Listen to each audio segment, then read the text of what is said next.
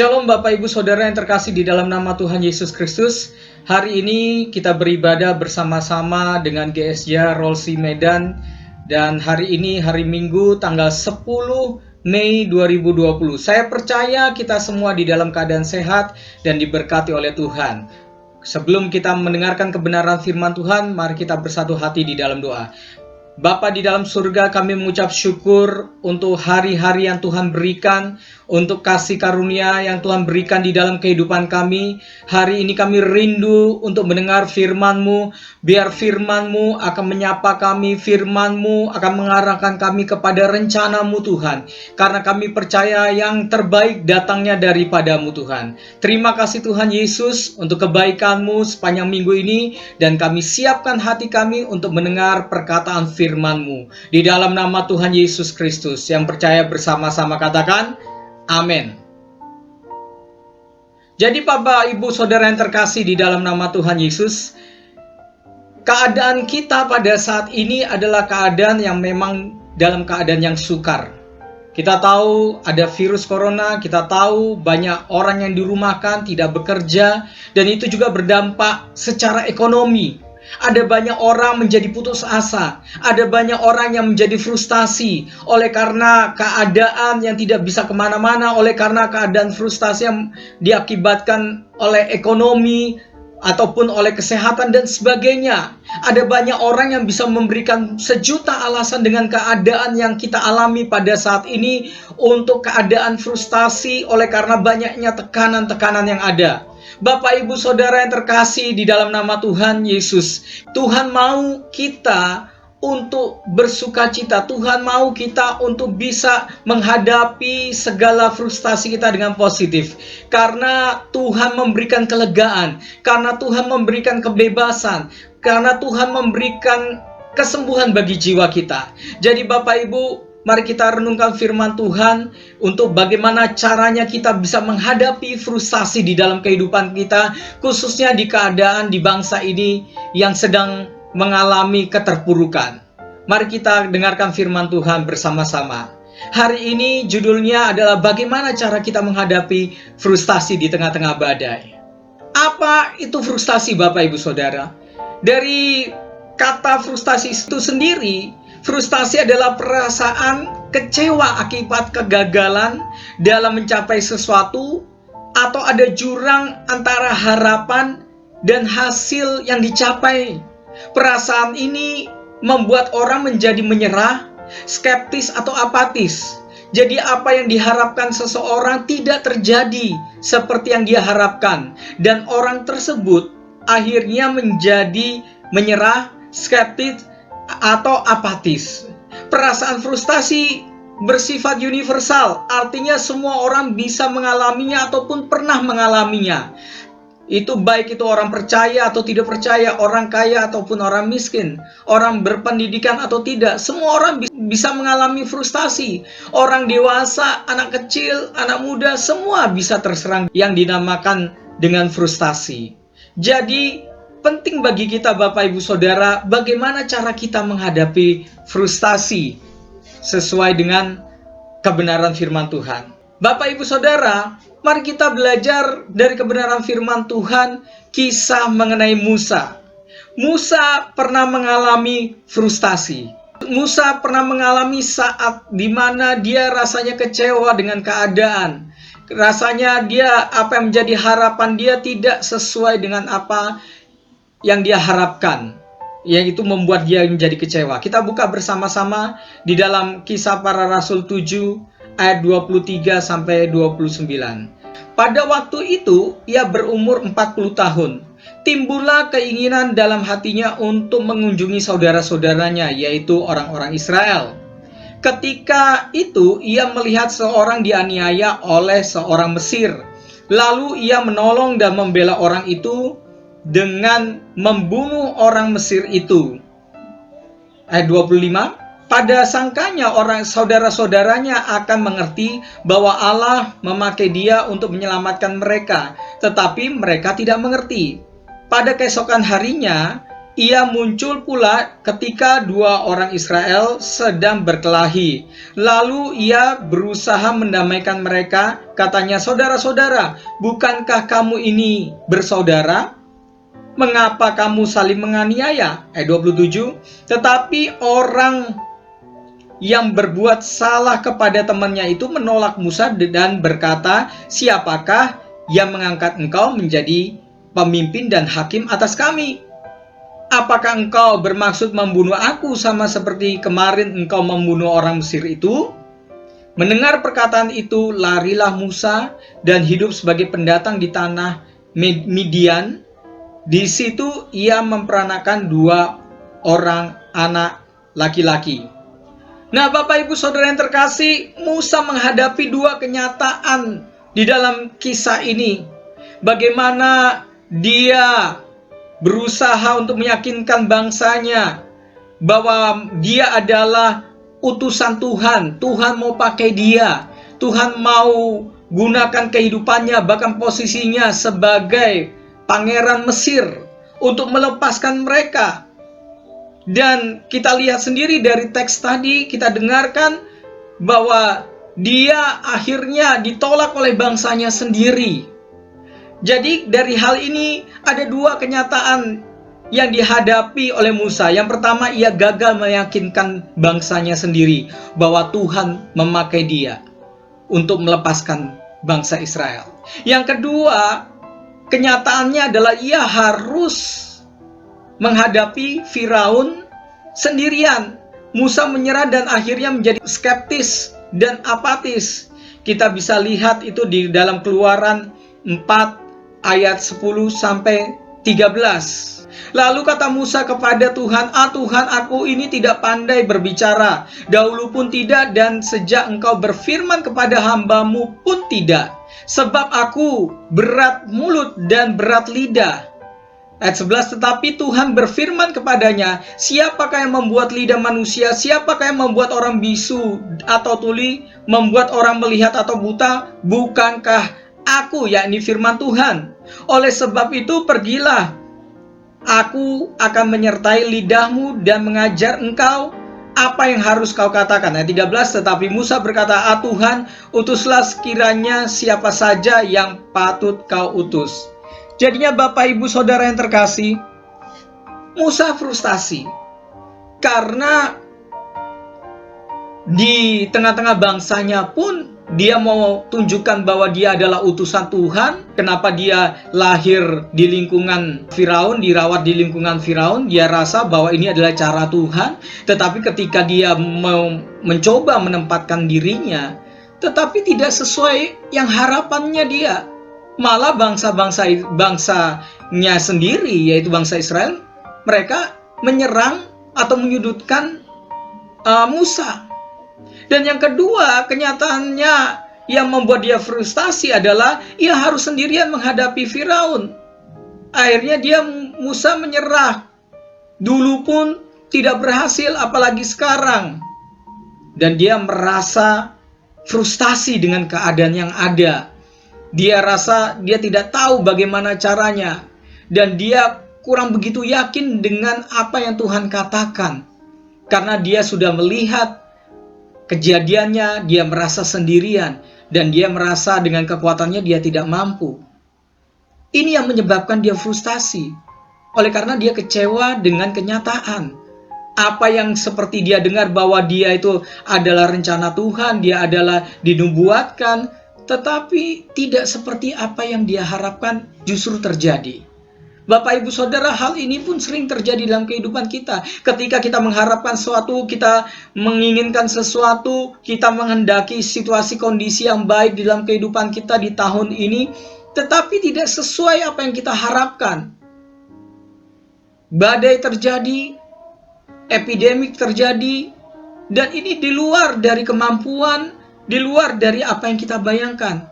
Hal ini mudah membuat kita frustasi, hal ini mudah untuk membuat kita putus asa. Jadi Bapak Ibu Saudara, apa yang membuat Musa menjadi frustasi? Yang pertama Bapak Ibu Saudara, dia terlalu fokus kepada kegagalannya. Ya, di dalam Keluaran 3 ayat 11, Tuhan katakan, tetapi Musa berkata kepada Allah, siapakah aku? Maka aku menghadap Firaun dan membawa Israel keluar dari Mesir. Dia terlalu fokus melihat kegagalan yang lama. Waktu dia berhadapan dengan bangsanya sendiri, bangsanya tidak mempercayai dia. Dia terlalu fokus kepada apa yang menjadi kegagalannya, padahal Tuhan punya rencana yang lebih indah. Tuhan maksudkan dia belajar dari kegagalannya, bukan terfokus kepada kegagalannya.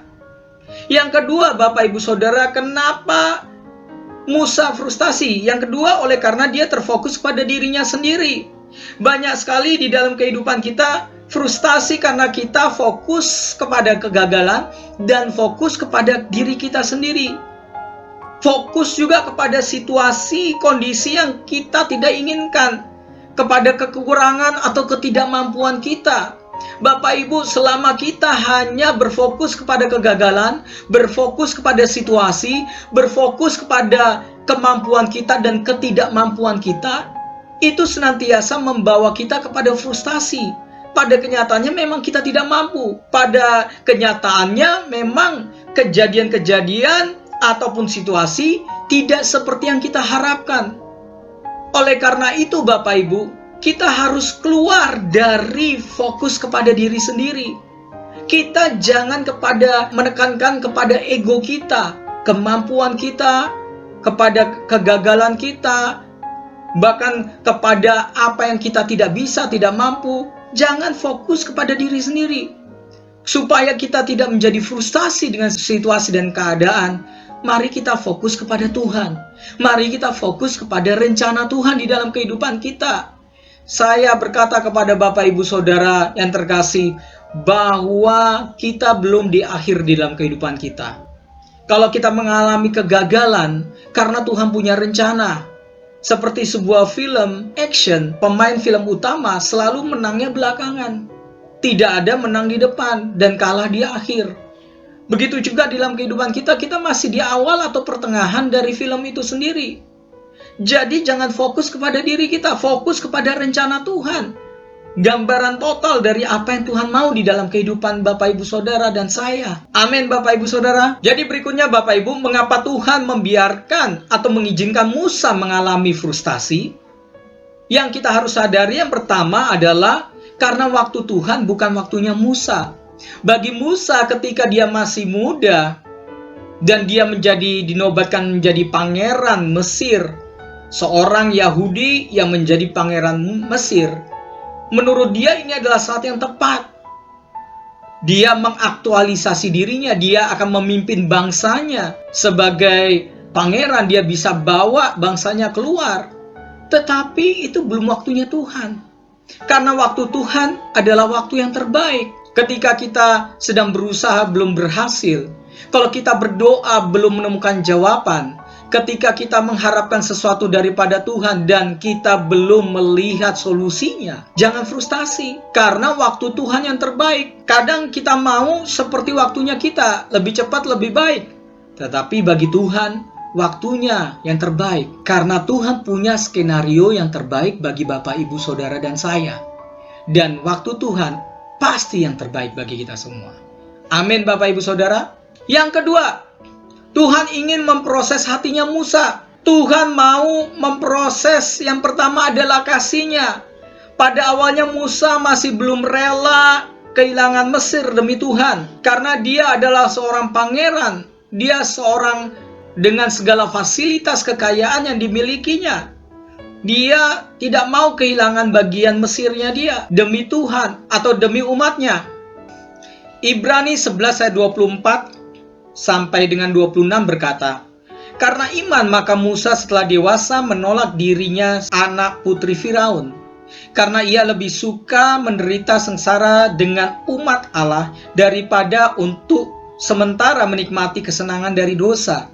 Ia menganggap penghinaan karena Kristus sebagai kekayaan yang lebih besar daripada semua harta Mesir, sebab pandangannya ia arahkan kepada upah. Nah, Bapak, Ibu, Saudara yang terkasih, Tuhan memproses hatinya. Kenapa Tuhan membiarkan atau mengizinkan frustasi dalam kehidupannya? Karena Tuhan memproses hatinya. Tuhan memproses kasih-Nya, supaya Tuhan mengeluarkan Mesir di dalam kehidupannya, sehingga Tuhan membuat Musa memiliki kasih-Nya Tuhan. Itu yang Tuhan sedang proses hatinya. Yang berikutnya Bapak Ibu Saudara, kenapa Tuhan izinkan?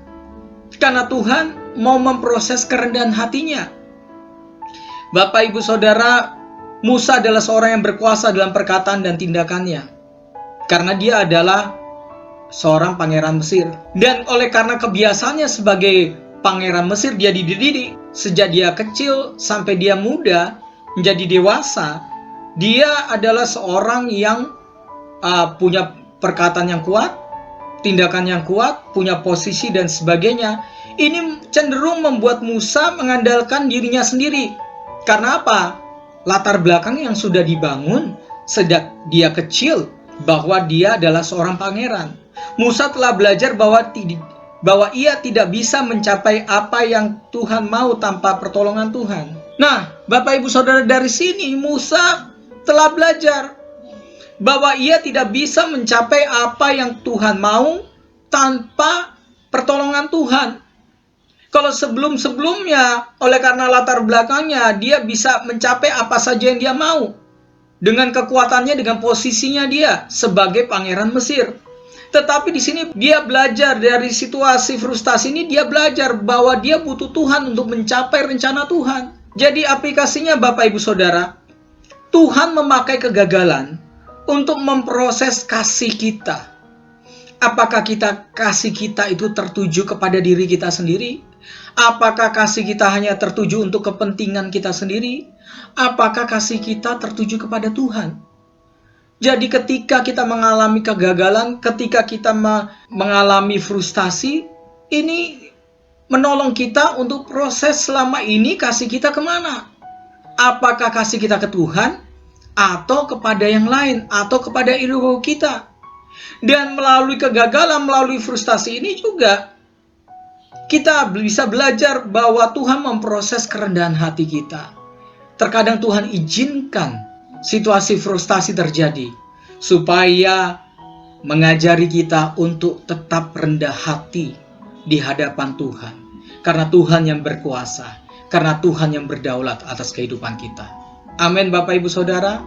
Jadi Bapak Ibu Saudara, yang saya hendak sampaikan kebenaran firman Tuhan ini, ketika kita menghadapi frustasi dengan situasi corona, dengan situasi ekonomi, dengan situasi pekerjaan kita, bahkan ada beberapa dari kita tidak bisa bekerja, tidak bisa mendapatkan penghasilan, atau penghasilannya berkurang dari sedia kala, baik itu juga kesetresan di rumah oleh karena anak-anak tidak bersekolah, harus membantu mereka sekolah dari rumah, dan juga banyak kegiatan-kegiatan yang tidak bisa dilakukan.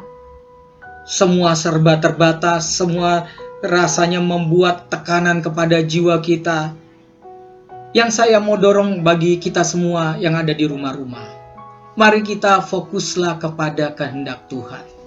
Apa yang menjadi rencana Tuhan di dalam kehidupan ini. Jangan fokus kepada diri sendiri. Jangan fokus kepada keadaan yang terjadi pada saat ini.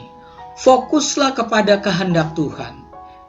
Dari peristiwa ini, apa yang Tuhan ajarkan di dalam kehidupan kita? Seperti yang dialami oleh Musa.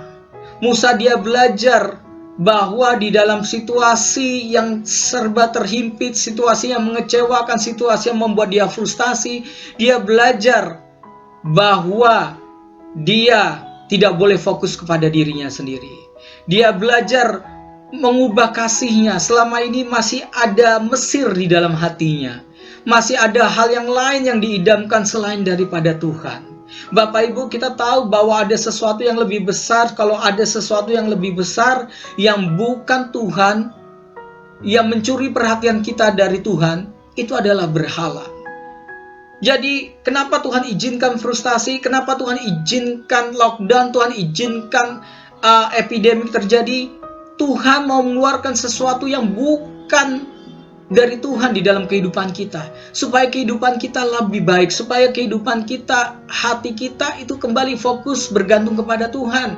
Di tengah masalah ekonomi, di tengah masalah-masalah yang ada, kembalilah fokus kepada Tuhan, kembalilah berharap kepada Tuhan. Jadi fokuslah kepada Tuhan, fokuslah atas segala kehendak-Nya, dan belajarlah rendah hati. Di saat seperti ini, belajar rendah hati, andalkan Tuhan. Itulah yang membuat kita akhirnya tidak frustasi, akhirnya tidak putus asa dan kecewa. Musa sudah belajar, akibatnya Tuhan pakai dia dengan luar biasa, membawa 2 juta bangsa Israel, yang dimana pikirannya, yang dimana mereka suka sekali berkomentar, yang suka sekali protes, tetapi Musa bisa menghadapinya dengan baik. Oleh karena apa? Karena Musa mengandalkan Tuhan. Dia tidak memimpin bangsa ini dengan kekuatannya sendiri. Dia memimpin bangsa itu dengan kekuatan daripada Tuhan. Amin, Bapak Ibu Saudara. Jadi kita belajar, fokuslah kepada kehendak Tuhan, fokuslah kepada Tuhan. Kalau kita fokus kepada Tuhan, saya percaya kita tidak akan menjadi frustasi, karena segala sesuatu Tuhan kendalikan. Dan percayalah bahwa yang terbaik Tuhan akan nyatakan di dalam kehidupan kita bagi Bapak Ibu Saudara. Jadi yang saya mau sampaikan hari ini, fokuslah kepada Tuhan.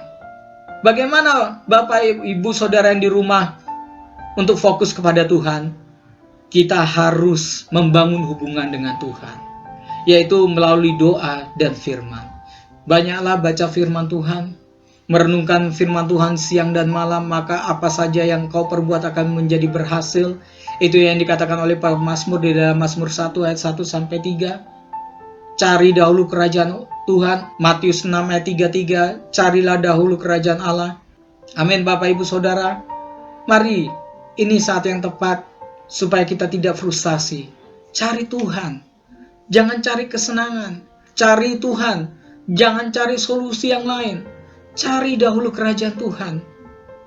Bacalah firman setiap hari, berdoalah setiap hari, khususnya bagi kita yang sedang frustasi pada saat ini. Saya mau katakan bagi Bapak Ibu Saudara, andalkan Tuhan, percayalah kepada Tuhan, berharaplah kepada Tuhan, banyak berdoa, banyak baca firman. Saya percaya Bapak Ibu Saudara, bahwa ketika kita mengandalkan Tuhan, fokus kita kembali kepada Tuhan, bukan kepada masalah, bukan kepada diri kita dengan kemampuan kita. Saya percaya Bapak Ibu Saudara bisa menghadapi krisis. Saya percaya Bapak Ibu Saudara tidak akan menjadi frustasi. Karena ketika kita merasakan beban ada di dalam diri kita, mari kita meletakkannya di bawah kaki salib Kristus. Mari kita letakkan segala beban kita kepada Tuhan. Fokuslah kepada Tuhan. Karena Dia yang menciptakan kita, Dia yang menolong kita, dan pasti akan selalu menolong kita. Amin, Bapak Ibu Saudara.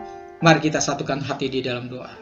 Bapa di dalam surga, kami berdoa untuk seluruh sidang jemaat-Mu yang ada di rumah-rumah dan seluruh pemirsa dari channel ini. Kami berdoa di dalam nama Tuhan Yesus, ketika kami frustasi, kecewa dengan kondisi yang ada, kami terus mau belajar untuk fokus kepada Tuhan. Tolong kami untuk tidak fokus kepada diri kami, ataupun masalah kami, atau kegagalan kami, tetapi kami mau fokus kepada Tuhan. Tuhan, tolong kami untuk mengubahkan hati kami, supaya hati kami sepenuhnya ada milik Tuhan. Tuhan, tolong kami untuk kami belajar rendah hati, untuk kami meletakkan kehidupan kami, mempercayakan hidup kami hanya kepada Tuhan Yesus saja. Dan kami percaya ketika kami belajar mengandalkan Tuhan, kami mencari dahulu kerajaan Tuhan, ketika kami merenungkan firman Tuhan siang dan malam, dan kami terus bertekun dalam doa, kami percaya kami tidak akan menjadi frustasi. Kami percaya pertolongan akan segera datang. Kami percaya sesuatu yang besar, sesuatu yang baik, sesuatu yang mulia itu akan terjadi dalam kehidupan kami. Terima kasih Bapa. Tuhan, kami terus berharap kepadamu. Kami rindukan pandemik ini akan segera berakhir. Kami rindukan kami boleh bersekutu kembali di gereja. Kami rindukan Tuhan pulihkan sektor ekonomi kami, baik itu seluruh sidang jemaat-Mu dan semuanya, bahkan bagi bangsa ini. Terima kasih Bapa. Kami mengucap syukur untuk kebenaran firman-Mu. Di dalam nama Tuhan Yesus kami berdoa. Haleluya. Amin. Amin.